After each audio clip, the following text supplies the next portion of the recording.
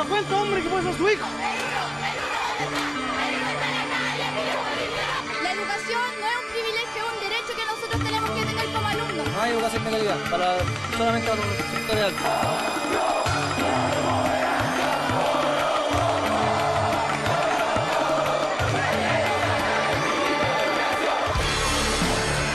Desde la Revolución Pingüina del 2006, los estudiantes siguen movilizados. Salen a la calle y exigen cambios a lo que llaman la educación de Pinochet. Fue durante su gobierno cuando se implementó el actual modelo, proceso que los estudiantes de esa época rechazaron. En este reportaje investigamos los orígenes de esa reforma para comprender cómo llegamos al conflicto de hoy.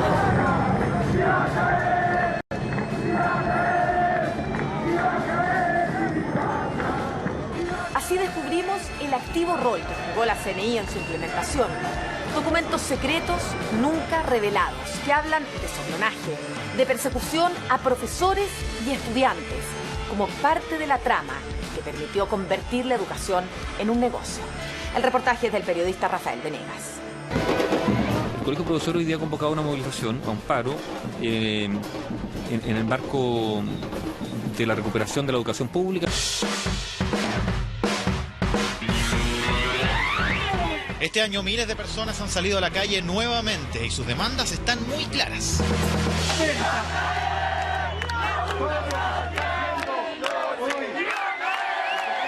El Estado ha tenido una deuda que tiene que pagar con los estudiantes secundarios desde hace mucho tiempo. No es posible que una persona del barrio alto tenga oportunidad para ir a la universidad, pero una persona en una pobla no. ¿Por qué es así? Porque aquí en Chile la educación es un bien de consumo. El ministro mandó al Parlamento la ley y ni siquiera nos preguntó, y sí nos preguntó, pero ni siquiera consideró los puntos que nosotros planteábamos. También queremos que se nos reconozca la ley histórica, que hemos esperado por 39 años. Hay ciertos derechos que durante la dictadura y posteriormente en la concertación fueron privatizados, en donde se fomentó el individualismo, la competencia por sobre la colaboración, y eso en educación, que es el espacio en donde se supone que debiéramos entendernos como iguales, se rompió. El movimiento estudiantil está de vuelta. Hoy piden cambios de fondo al modelo educacional. A las marchas se suma el paro indefinido de los profesores por otro proyecto de carrera docente y no el que el gobierno tramita. La desconfianza está instalada y se puede ver en los carteles de cada convocatoria. ¡Que se escuche bien fuerte en la moneda! ¡Que se escuche bien fuerte en el Congreso Nacional! ¡No aceptamos más partes! ¡No aceptamos más acuerdos políticos! ¡Rebaja el pasaje escolar a 5 pesos! ¡En la construcción de la federación, la democratización de la educación y el paso a la Federación de Estudiantes Secundarios de Santiago! Fue una movilización que hasta el día de hoy no ha terminado. ¡A la calle, compañeros!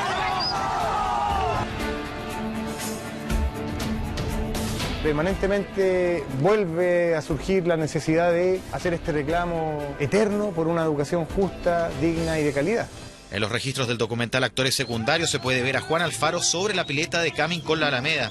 Él fue presidente del Centro de Alumnos del Liceo de Aplicación en Dictadura, encabezó marchas, participó en tomas de liceos y fue parte del movimiento escolar que poco a poco logró visibilidad en Chile, el Profeces, por una única federación de estudiantes secundarios de Santiago. Nosotros tuvimos centros de alumnos designados por los rectores, los directores de los liceos, y al mismo tiempo estos eran designados por los milicos, entonces finalmente teníamos nuestros centros de alumnos intervenidos también por la dictadura. Nos plegamos a movilizaciones a nivel nacional, convocamos también a movilizaciones a nivel de estudiantes secundarios y organizamos cosas que para ese entonces eran bastante osadas, como tomas de liceo, marchas callejeras.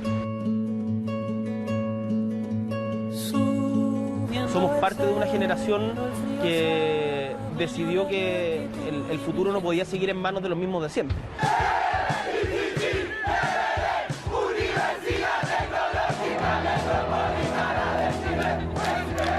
Así fueron las últimas convocatorias, una polémica marcha nocturna y la que prohibió por primera vez este año pasar frente al Palacio de la Moneda.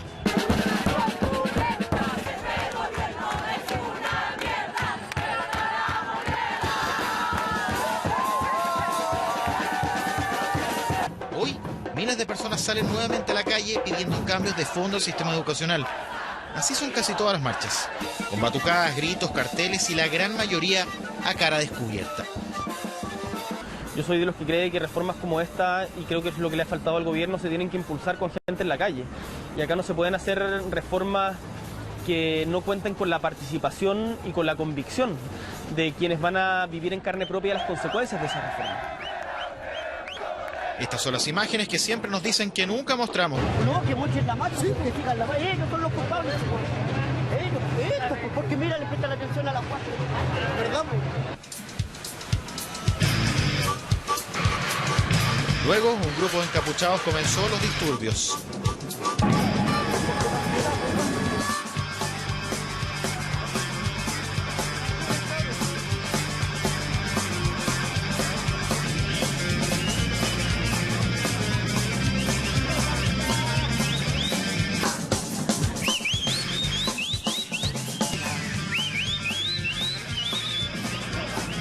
Ese día en Santiago los desmanes fueron menores y no hubo heridos. Pero en Valparaíso la historia fue completamente distinta. Estos son los momentos previos al disparo de un civil que mató a 2 estudiantes.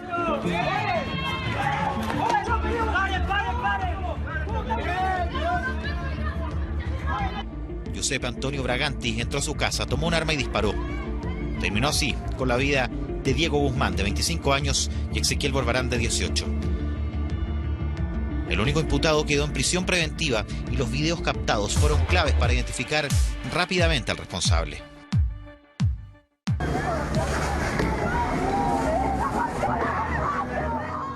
Esta imagen fue la prueba clave para sancionar a los funcionarios que agredieron a Paulina Stay, de 20 años. Y otro registro obligó a Carabineros a dar de baja al uniformado a cargo del carro lanzaguas que provocó la caída de Rodrigo Avilés, de 28 años. Pero hubo otra agresión que aún no tiene responsables. Yo abro los ojos y veo a un carabinero con una escopeta lacrimógena frente a mí, como a unos 10 metros de distancia, y disparó. Y la bomba me llegó aquí donde tengo la herida. Yo pensé que me había llegado en el ojo, porque de hecho el dolor lo sentí en el ojo. Me tapé con las manos, me dio una hemorragia y me tiré al suelo, con una mano tapándome la nariz para no respirar el gas lacrimógeno y con la otra tapándome la herida. Nunca me imaginé que había sido algo así, o sea, dentro de la universidad, que el carabinero le disparó a la cabeza, a 12 metros, no sé, a 10 metros. ¿Qué pasa cuando sabes que es un carabinero? No, yo, o sea, no te puedo explicar lo que siento. Estaba guardado. Aparte porque en las fotos él sale riéndose, después que le disparó a Luciano, entonces es una cosa...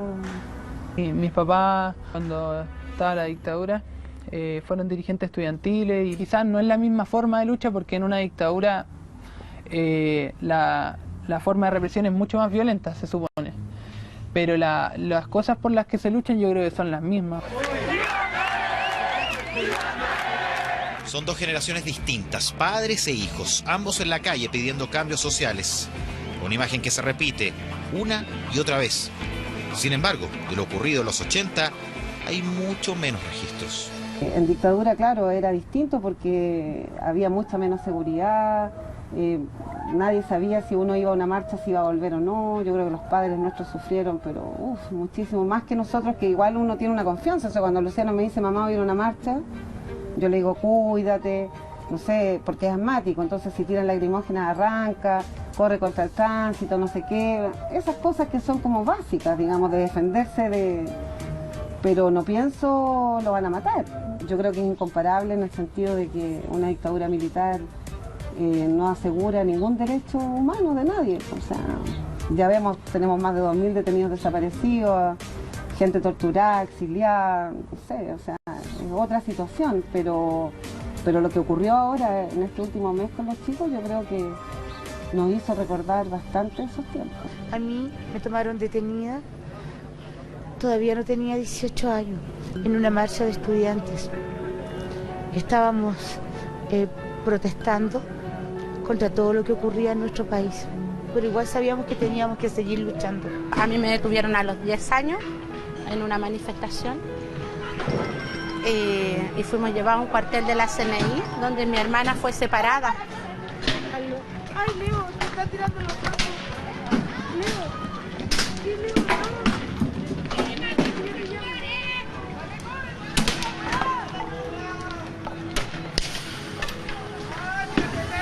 Nuestros niños están viviendo lo mismo que nosotros vivimos en ese tiempo. Pero ahí nos mataban y nos hacían desaparecer. Hubo un periodo en que hicieron desaparecer a un amigo nuestro. No, señores, de derecho humano, permiso, por favor. Tengo que estacionar el vehículo al costado derecho. ¡No más violencia!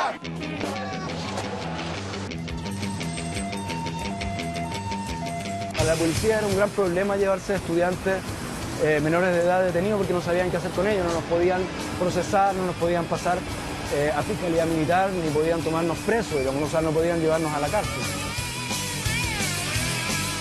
Fue un tiempo, digamos, que estuvo marcado por grandes marchas por la Alameda, por tomas de liceos, por paralizaciones. Éramos bastante disciplinados, entonces estaba todo programado para un tiempo específico, los circuitos de la marcha, en fin. Hicimos varias tomas o ocupaciones del Ministerio de Educación o algunas dependencias públicas. Tuvo la toma del Liceo Chileno-Alemán, la toma del Liceo Valentín Letelier. Nos organizábamos también de forma bien estratégica, ¿no?, para tomarnos colegios, como por ejemplo fue la gran toma del Liceo 12. La toma de julio funcionó como un reloj. Participaron alrededor de unas 300 alumnos. Fue la toma más emblemática de todas, digamos, y la que probablemente trascendió más en la historia.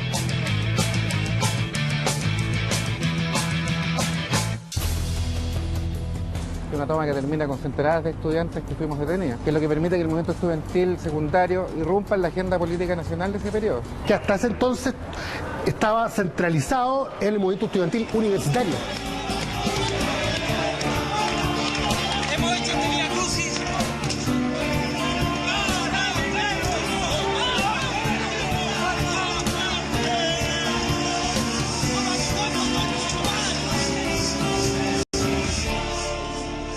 En los últimos años hemos visto tomas, paros y marchas del movimiento estudiantil. Incluso hoy el Liceo Arturo Alessandri Palma se encuentra en un paro indefinido por la carrera docente. El 10 de julio de 1985 solo hubo la versión oficial y también imágenes de teleanálisis. Pero hay otro registro que hoy día les mostraremos. Es este archivo secreto. Al igual que hoy, este liceo era administrado por Providencia como resultado de la municipalización. Por eso, la directora de Educación del municipio le envió al ministerio este archivo secreto. En él se detallan las medidas aplicadas luego de la toma, entre ellas la destitución de la directora y el despido de 5 profesores. Estos profesores que fueron despedidos hicieron una presentación a la dirección del trabajo.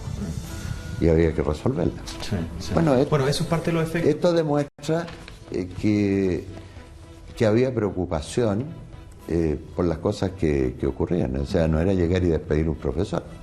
¿Todo ha pasado por la Subsecretaría del Trabajo, digamos, por el Ministerio del Trabajo? No, no necesariamente. En este caso pasó porque ellos apelaron a la Dirección del Trabajo en su oportunidad. Pero son cientos e incluso miles los registros oficiales que evidencian la coordinación perfecta que hubo en los 80 para imponer la reforma educacional que sigue vigente hasta hoy, anulando profesores y sobre todo escolares. Todo quedó escrito en estos archivos secretos que ahora revelamos. La toma del Liceo A12 significó el momento más importante del movimiento educacional secundario, pero trajo fuertes consecuencias para los escolares. Y no solo en este recinto. De un ambiente autoritario se pasó a un ambiente totalitario, ya con agudización del soplonaje, con desconfianza generalizada. Y es curioso, aportamos al movimiento estudiantil secundario como movimiento del liceo, pero salimos evidentemente perjudicados. Aquí hacíamos... Aquí sobre las cuerdas, este era el gimnasio antiguo, tú subías... Y llegaba hasta arriba. Este era el gimnasio. Sí. Ahora... Qué impresionante.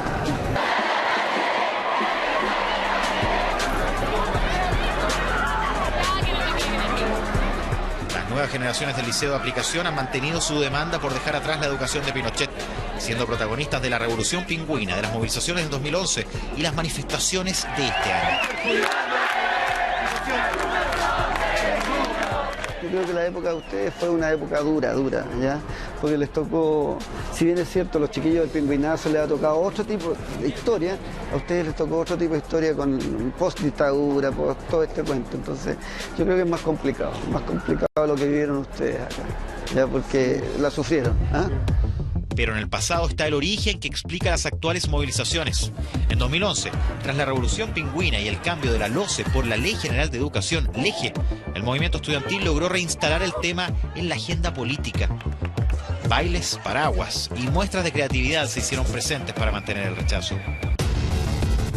Pero también hubo manifestaciones más extremas. Mi nombre es Gloria Negrete, soy alumna del Liceo 131 de Buin, una de las que está participando en la huelga de hambre junto con mis 5 compañeros más.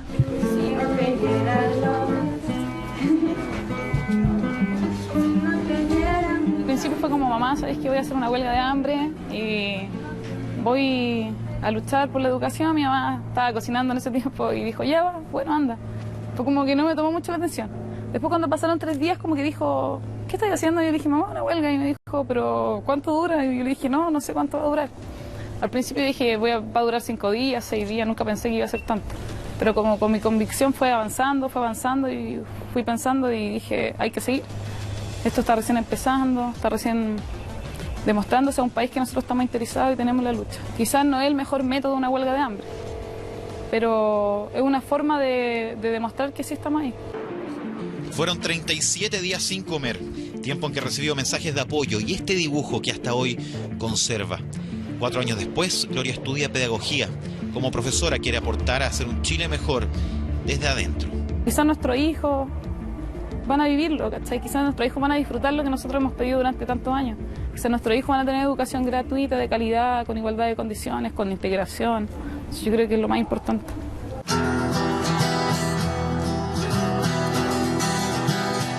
En este mural, la aplicación recuerda a sus compañeros muertos en dictadura, escolares que perdieron la vida en la calle, sumándose a barricadas y enfrentamientos en los años 80. Hay muchos más, o sea, está el Torín, el Mauricio Gómez, sí. Bueno, y el Diablo, el Claudio Paredes, no sé, sí. Yeah. Pero de alguna manera la lista es larga, yo no tengo todos los nombres, pero ya ni me acuerdo de la cifra. Nosotros en algún minuto hicimos un homenaje, ¿te acuerdas la piedra que hicimos? Sí, la piedra está ahí, ¿eh? ¿Está instalada? Sí. ¿Vamos a verla? A los aplicacionistas caídos por la libertad, con los que nosotros estuvimos compartiendo los recreos, las salas de clase, son los compañeros que caen del 84 al 88, pero la lista de alguna manera, después incluso de esta fecha, sigue creciendo. En total fueron 276 los adolescentes ejecutados o desaparecidos.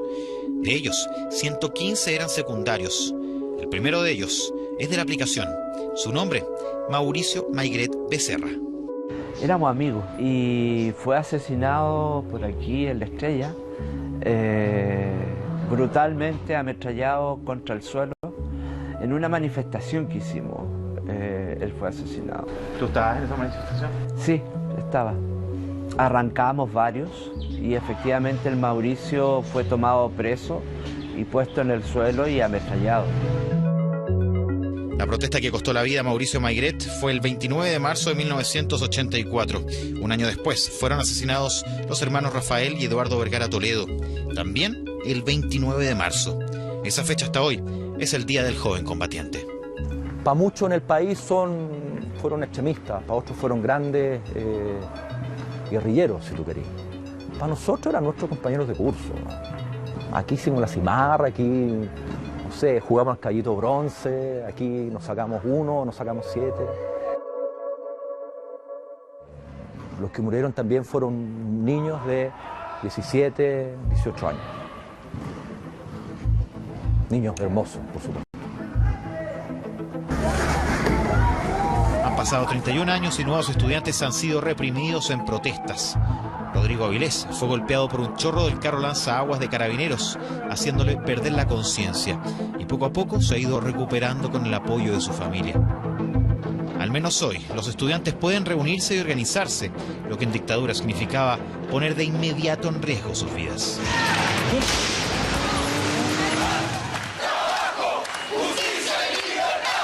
En 1985 el movimiento estudiantil ya estaba instalado y la persecución y el control sobre los líderes del movimiento secundario se hacía más evidente. ¿Por qué te echan de acá? Porque el año 85 yo fui presidente del centro de alumnos. Y ese fue el año en que, bueno, fue uno de los años muy efervescentes. Estuvimos en muchas autotomas, tuvimos un año de mucho conflicto social. Fue el año previo a la municipalización. Y bueno, de alguna manera yo era un líder en esos años natural dentro del liceo y había que sacarme del liceo. Por lo tanto, a la hora de venir a renovar matrícula, a renovar la matrícula para el año siguiente, no me la renovaron. Tuve la opción, me la ofreció justamente en esos años un amigo cura, el Oscar Jiménez, me ofreció la posibilidad de irme al Andacollo. Y me fui al Andacollo a terminar mi cuarto medio. Yo soy muy amigo de Juan, yo soy de la generación de dirigencia del tiempo de Juan. A Juan lo conocí en esos años. Iván fue presidente del centro de alumnos del colegio Nuestra Señora de Andacollo. Es un colegio de iglesia que queda a solo algunas cuadras del liceo de aplicación. Por ser particular subvencionado, el ministerio no interfería en su funcionamiento interno. Por lo tanto, en lo formal, no podían suspender la matrícula de los dirigentes secundarios, ni tampoco influir en el nombramiento de sus profesores o autoridades, pese a la posición política que tenían. Cuando los curas teníamos clases de religión discutíamos, yo siendo alumno discutíamos cosas de que pasaban en el país. De recuperación de la democracia y de apoyo a la democracia y defensa de los derechos humanos. Yo creo que esos eran los dos ejes que articulaban un poco el colegio. Iván siempre tuvo clara la tendencia política de su colegio y el riesgo que eso podía tener, pero lo que en 35 años nunca supo es que él fue investigado muy de cerca mientras era dirigente estudiantil. Este es un archivo oficial y secreto. Detalla que la clase de religión del Liceo Andacollo se usa para una labor proselitista y de concientización entre los alumnos. Hay un grupo político de izquierda vinculado a la iglesia y que dirige una persona, Luis Iván Salinas Melo. Esta es una ficha enviada al Ministerio de Educación por la Central Nacional de Informaciones CNI. El organismo de inteligencia inició una investigación del Andacollo cuando una ex profesora envió una carta a la ministra de Educación de la época. Mónica Madariaga, ministra de Educación, me dirijo a usted para exponerle un problema, dice, que enfrenté en diciembre del año pasado, 1982. Mi nombre es Lorenza Núñez Cabrera, despedida junto con dos colegas, Irma Cortés, sí, que efectivamente trabajó, Reyes, y Adriana Castillo Zúñiga, por no estar en la línea pastoral del colegio, la cual es de abierta oposición al gobierno presidido por el señor Augusto Pinochet. Me permite dirigirme a usted como máxima autoridad y, bueno, sí, y menciona el nombre. Agradezco. ¿Quién? El mío. El archivo de la CNI recomienda al Ministerio de Educación que por tratarse de un colegio subvencionado se ordene una inspección administrativa contable con la idea de detectar irregularidades. Esta sería la causa perfecta para una drástica sanción. Ruego a usted, si tiene a bien después de hacer estas investigaciones, ver la posibilidad de nuestro reintegro como profesoras del Colegio Andacollo y de entregar el establecimiento a personas idóneas que se dediquen realmente a la labor educativa y no impartan líneas políticas contrarias a nuestro gobierno e idiosincrasia chilena. Saluda muy atentamente Lorenza Núñez Cabrera, dice. Memorándum, Humberto Borba, que lo firma. Oh. El mismo Gordon, el que firma el informe del colegio. ¿Y cómo está vivo? El 20 de mayo de 1983, el jefe de seguridad del Mineduc, Atiliano Jara Salgado, le informaba al subsecretario de la época que él procurará en forma indirecta otros antecedentes del colegio Andacollo. El subsecretario de Educación, a quien se envía el documento, era Juan Enrique Fremel Andrade. Hoy es decano de la Facultad de Educación de la Universidad Autónoma de Chile, quien, a través de este correo electrónico, se excusó de conversar con nosotros. Siento que hay una deuda muy pendiente todavía con todo eso. Y no solamente con el tema del castigo, sino con el tema del juicio, de la verdad, de que hay una cierta impunidad todavía frente a un montón de gente que participó. O sea, hoy día cuando yo leo eso y digo yo, ¿qué concha su madre esta Lorenza? O sea, ¿cómo tan desgraciada y no entender cuando en definitiva no se daba cuenta que exponía la vida de un montón de gente haciendo ese tipo de denuncias, por ejemplo. Y te das cuenta de la bajeza de mucha gente que fue colaboradora de la dictadura. Y así como ella, deben haber habido muchos en muchos colegios, por ejemplo. Fuimos en busca de Lorenza Núñez Cabrera. Solo teníamos su dirección y muchas preguntas. ¿Escribió alguna carta a alguna autoridad? No me acuerdo. No la ministra, por ejemplo. ¿Cómo se llama esta señora que murió? Mónica. Mónica, ¿cuánto era? Madariaga. Mónica Madariaga. Fui con alpargata. Usaba pura alpargata en esa época. Sí, fui al Ministerio de Educación a dejarle una carta a la señora Mónica Madariaga, que nunca recibimos respuesta tampoco. ¿No recibieron respuesta? No recibí nunca respuesta. O sea, usted dejó... ¿Y fue sola? ¿Fue con...? La fui con Irmita y con una colega que también había sido despedida por lo mismo. Patricia, no recuerdo el apellido. Sí, fuimos al Ministerio de Educación a dejar una carta, sí.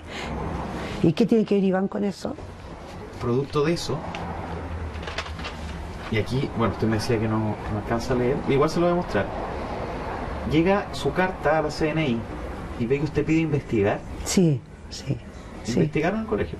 Ah, qué bien, qué bueno. Pero lo investigó la CNI. ¿Qué le diría a él? No pensé nunca. Si hubiese sabido, y se lo digo en este momento, no se me pasó por cabeza. Solamente yo quería mi trabajo, que mi colegio volviera a ser lo que había sido, pero no, tal vez repercusiones para el director, que cambiara su línea, eso. Pero de pensar que hubiese traído daño o consecuencias fatales para colegas míos o apoderados que yo había conocido, no, creo que no lo habría escrito. Los archivos secretos a los que tuvimos acceso muestran cómo la coordinación de las autoridades de la época era extremadamente exhaustiva. Al Ministerio de Educación llegaban las delaciones, que eran entregadas a la CNI. Luego, el organismo de inteligencia investigaba los antecedentes. La comunicación entre ministros y la central se realizaba a través de una oficina de seguridad. Y solo en casos puntuales se enviaban documentos directamente entre el director de inteligencia y el ministerio. No hay casualidades aquí. Absolutamente la educación la dirige el poder establecido de acuerdo a su modelo de dominación, a su idea de cómo debe ser la sociedad. Si todos los inquilinos, digamos, son educados, ¿por qué van a querer limpiar las acequias? O barrer el piso, o esquilar las ovejas. Existe ese temor muy antiguo y asentado en la oligarquía chilena, de que no hay que educarlos tanto, ¿no? Las misiones, el catecismo nos puso por ahí, pero que la gente se envalentona con la educación. Los seguimientos no solo se hacían a liceos fiscales y colegios particulares subvencionados, sino también a los privados. Este memorándum informa de protestas en que participaron alumnos y profesores de los colegios Pedro de Valdivia y San Ignacio de Alonso Valle. Otro informa que el Regina Pacis de Ñuñoa también fue investigado. Dice, la directora manifiesta una posición contraria al gobierno y su actitud ha conducido a la formación de un grupo de profesores que son disidentes. Se ordena tomar medidas. Y eso llegó al Ministerio de Educación. Es oficial. El caso del Colegio Juan Bosco es llamativo. Se inició un seguimiento al inspector, luego que se omitiera la última estrofa del himno patrio en un acto, la que no se canta desde el retorno a la democracia. Cualquier posible foco opositor es ser investigado por la CNI, para así asegurar el éxito de la reforma educacional. A mí me parece que todos conocíamos la labor que el régimen militar realizaba en materia de control y vigilancia de los movimientos sociales y de la disidencia política y social al régimen militar. Por lo tanto, la existencia de la CNI y que ellos realizaban labores de control de los movimientos sociales era algo que nosotros conocíamos. Justamente lo que se intentaba era evitar este control que el régimen militar establecía. Cuando era dirigente estudiantil, Víctor participó de un intento de toma a la Embajada de Italia, donde fue detenido.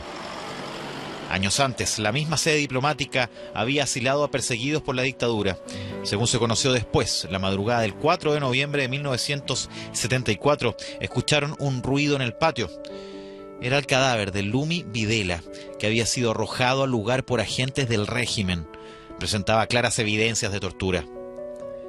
Más tarde, la justicia estableció que la dirigente del MIR fue asesinada por la DINA. Su hijo Dago fue dirigente estudiantil en dictadura.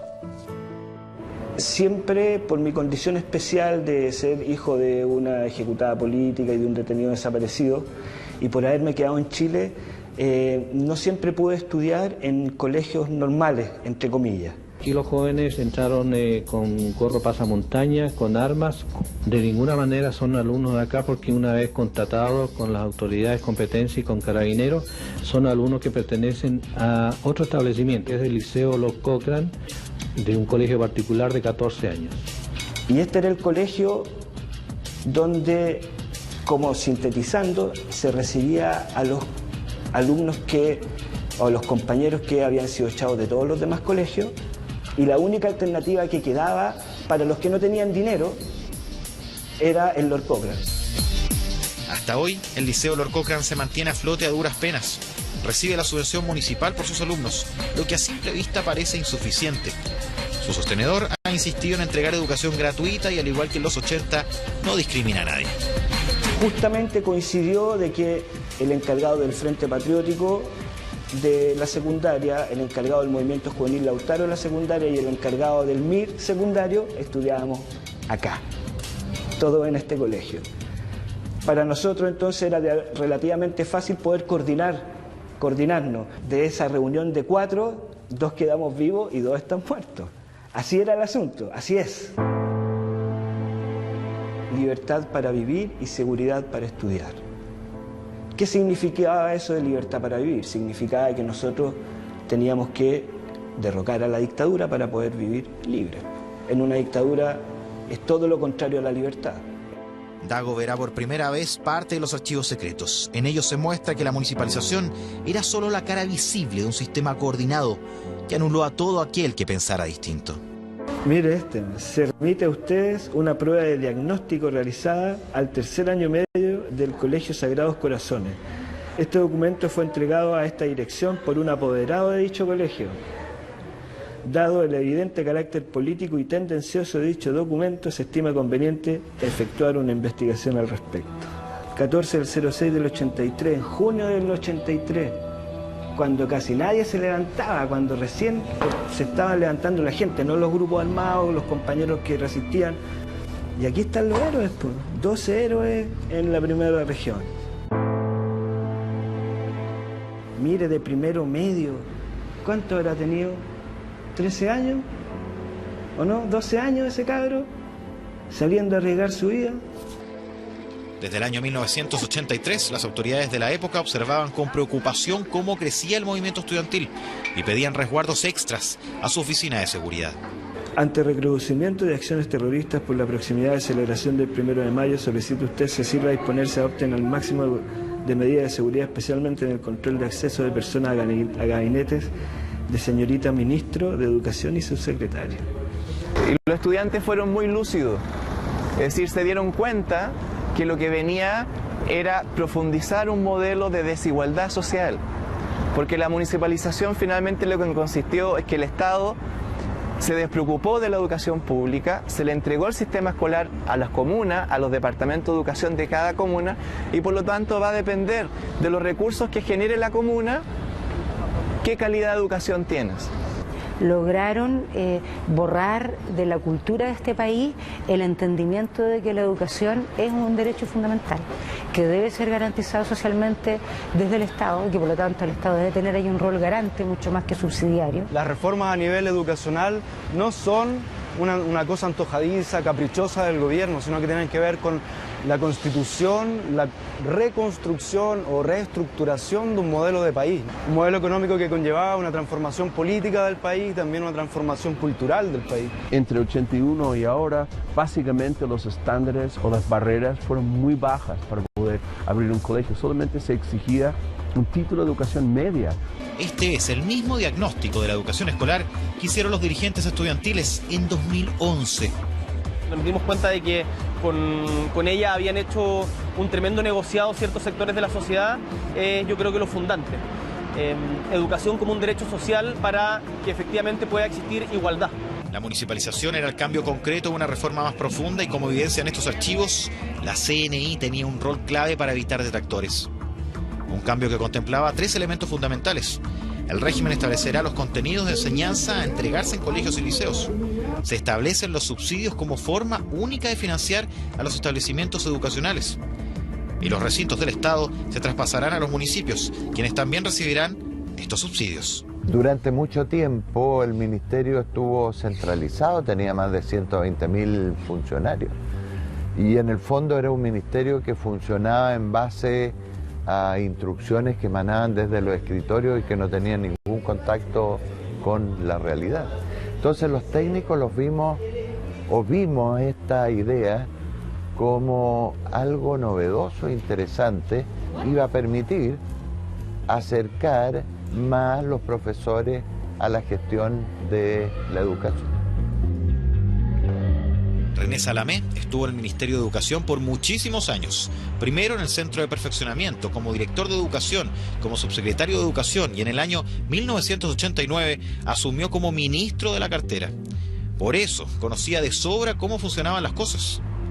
2 años después de comenzar la municipalización, la crisis económica y otros problemas obligaron a congelar el proceso de traspasos, dejando pendientes principalmente a los liceos emblemáticos. Había un problema administrativo desde el hecho de que los recursos se empleaban en otras acciones que no tenían nada que ver con educación.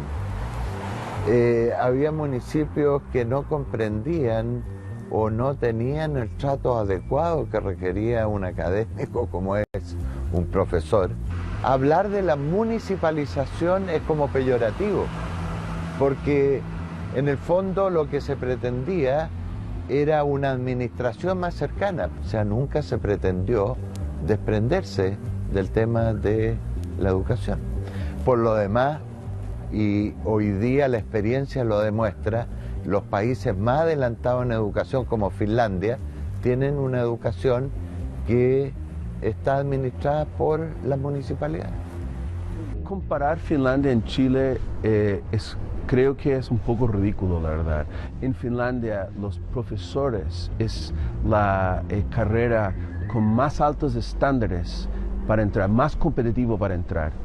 Es decir, son tan competitivos entrar a estudiar pedagogía como ingeniería en Finlandia.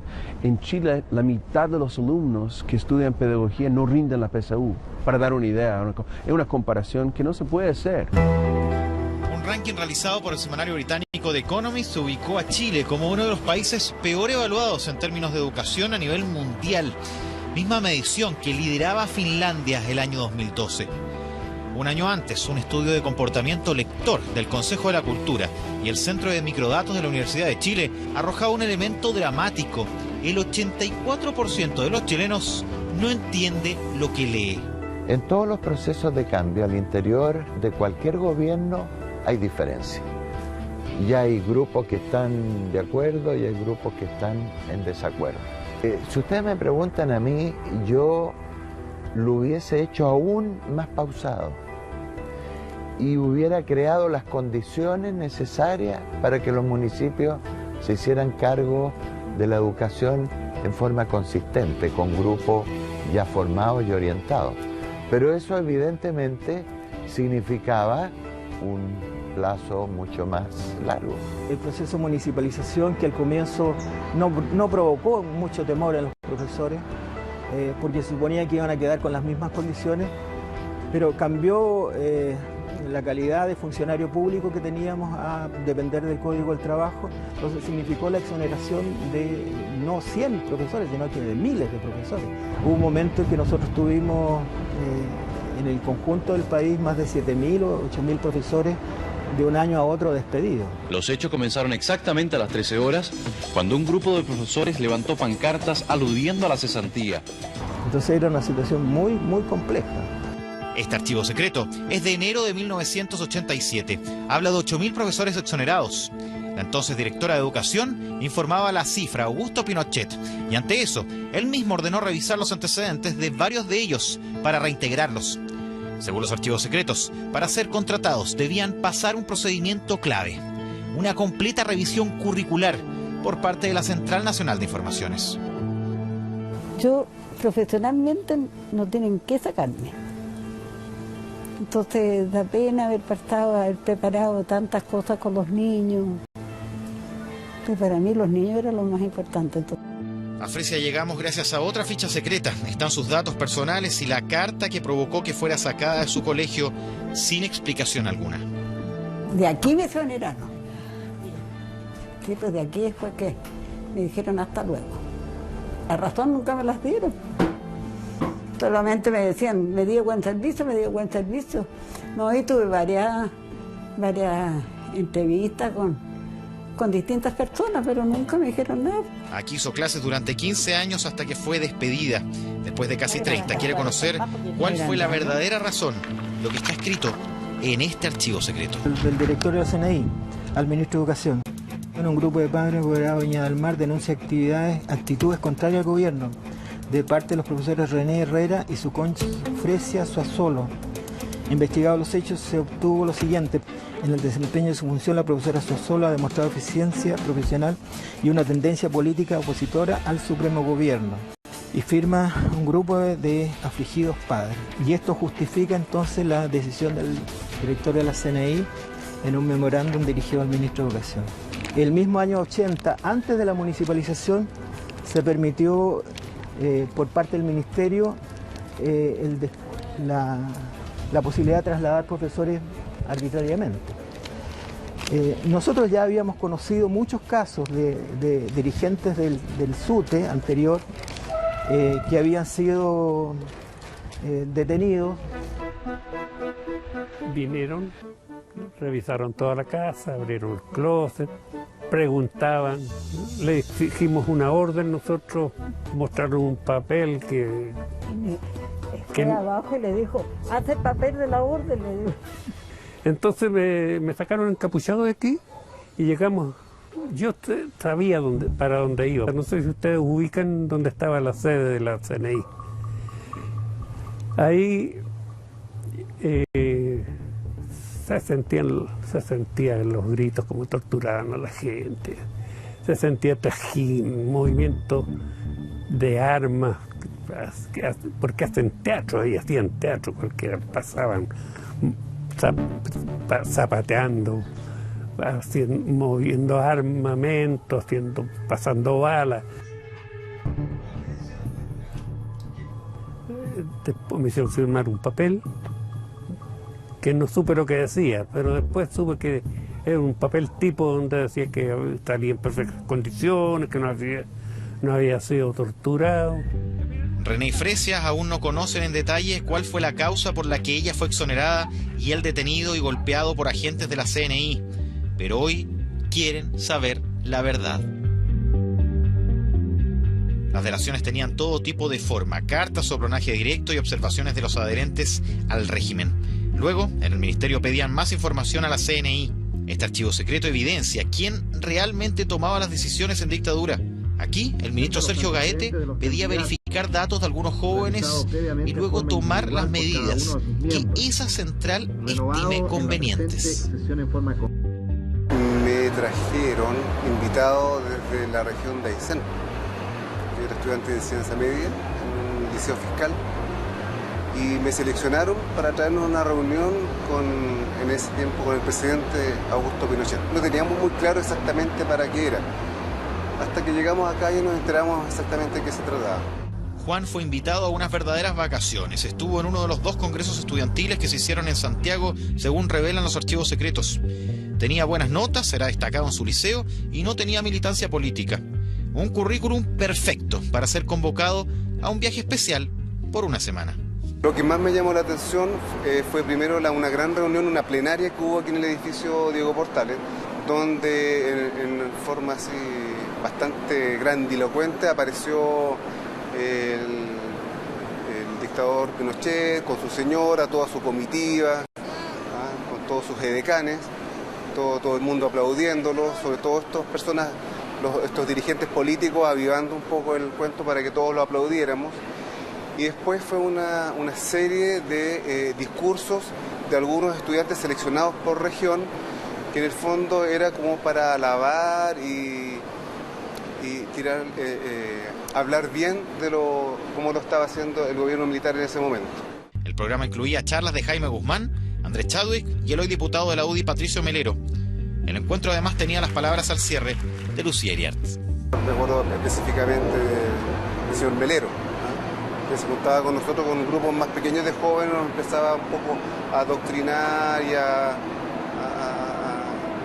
hacernos pensar un poco lo bien que lo estaba haciendo el gobierno militar en ese momento. Es bien chistoso que se entregaran charlas de participación política en dictadura y que quienes lo hacían además hoy día son parlamentarios. Y da cuenta de que acá había un programa ideológico, de que acá trataron de lavar conciencia, de que acá trataron de eliminar cualquier tipo de pensamiento diferente. En los años 80, la iglesia y sus colegios tenían un trato especial. Pese al clima de tensión, un grupo de sacerdotes insistían en hacer encuentros pastorales entre alumnos de colegios distintos. Fue el caso del St. George y el Nuestra Señora de Andacollo, ambos de la congregación Santa Cruz. Eran medios raros, porque nadie entendía qué pretendían los curas con esta idea de juntar a esta cosa de niños ricos y niños pobres. Yo ahí conocí a varios de los que hoy día ocupan posición en el gobierno. Ahí conocí al intendente de Santiago y nos hicimos amigos porque además en esos tiempos ambos teníamos la misma edad. Él siempre se reconoció como militante demócrata cristiano y yo siempre era jotoso en esos años. Entonces siempre teníamos estas ciertas pugnas al interior de las discusiones. Yo sabía que teníamos partidos distintos, partidos políticos distintos y todo, pero yo creo que nosotros nos conocimos en un espacio donde las diferencias valen poco, que es la calle. Yo cada vez que tenía estos encuentros con la gente del St. George salía más reafirmando este sentido de clase, es decir, soy de un sector popular, vengo de acá. Yo aprendí mucho más fuera de la sala de clase que dentro de la sala de clase y esto era parte del tema. Nosotros íbamos como parte de nuestra formación académica a trabajar en la población. Años más tarde, Iván y Claudio se volvieron a encontrar, esta vez en el movimiento contra la tortura Sebastián Acevedo, durante las protestas contra el régimen. A ambos los unía la oposición a la dictadura, pero sin existir un enemigo común, ya en democracia, las diferencias surgieron. Iván Salinas recuerda un momento que a lo mejor es bien especial. Y después me lo reencontré él siendo ministro de Vivienda. Nos encontramos un día en el ascensor y yo le digo, hola, vos Claudio, ¿cómo estáis? Me queda mirando y me dice, señor ministro. Y yo le digo, perfecto. ¿Cómo está, señor ministro? Le dije yo. Así, cara dura. Muy bien, señor ministro, no se preocupe, no se me va a olvidar, señor ministro, le dije yo. Ya, y de ahí, cada vez que me encontraba con él, jamás le volví a decir Claudio. Siempre después era señor ministro. Hasta que se fue, por loco, hasta que lo echaron de ministro de la Vivienda. Sé que no me recuerdo. Ese no soy yo, ¿eh? O sea, te digo, no quiero poner en duda lo que él dice, pero yo me considero una persona que he estado en todos lados, ¿eh? He estado arriba, he estado abajo, he sido nombrado ministro, me han sacado. Y si algo no creo nunca es haberme creído el cuento de que uno de autoridad. No recuerdo ese episodio para nada. A mediados de los 80, la tensión social en el país se apoderó de las calles. Lejos de ceder, el régimen acrecentó la represión y algunas autoridades civiles del gobierno comenzaron a portar armas. El 21 de abril de 1986, el ministro de Educación, Sergio Gaete, le pedía a la guarnición de Santiago permisos para que su chofer y escolta personal tuvieran pistolas. pero no quedó tranquilo y una semana después pidió un permiso para que él también tuviera una. Provoca encontrarse con la cara real de lo que es una dictadura. Un ministro de Educación puede ser cualquier cosa menos una persona que empuñe en lugar de un libro un arma. La oposición a la dictadura veía 1986 como el año clave. Así lo reflejaban las armas internadas a Chile por el Frente Patriótico Manuel Rodríguez y el atentado fallido a Pinochet solo un mes después. En marzo, como previendo el complejo año, Pinochet había dictaminado acelerar el proceso de municipalización para que todos los liceos, incluso los emblemáticos, fueran traspasados a los municipios. Porque esto comenzó a comienzos de los 80, luego la dictadura paralizó el proceso de municipalización porque sus propios balances técnicos indicaban que los resultados eran catastróficos. Y el año 1986 la dictadura decide completar ese proceso. Y justamente lo completa traspasando a la administración municipal los liceos denominados emblemáticos.